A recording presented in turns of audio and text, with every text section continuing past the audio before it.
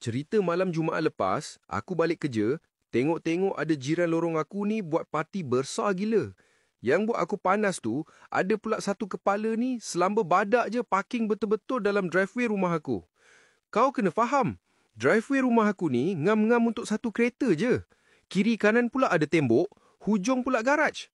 Memang tak ada harapan lah lori tunda nak masuk tarik kereta dia keluar tanpa rosakkan apa-apa. Jadi, bila aku nampak parking kat tepi jalan semua dah penuh, aku pun sengaja parking kereta aku betul-betul kat belakang kereta dia. Terus blok jalan keluar.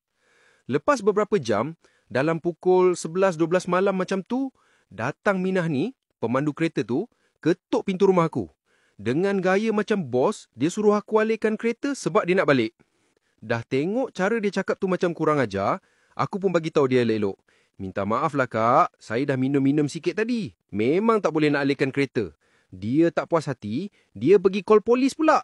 Bila polis datang ketuk pintu, aku pun relax je. Pergi ambil sebotol lagi bia dari peti ais sebelum buka pintu. Saja nak tunjuk bukti. Aku jelaskan kat polis tu, lepas balik kerja tadi, aku tengah rehat sambil minum. Jadi memang tak layak memandu. Masa tu, polis pun pening kepala. Kereta dia tak boleh kena tunda. Aku pula memang sah tak boleh drive. Dan yang paling penting, aku parking dalam kawasan rumah aku sendiri. Apa yang salahnya? Last-last, aku cakap kat Mina tu, Kak, ni kan cuti panjang hujung minggu. Rasanya saya nak sambung minum sampai hari Isnin. Hari Selasa nanti, lepas saya dah pergi kerja, barulah Kak boleh datang ambil kereta Kak, ya? Terdiam terus dia.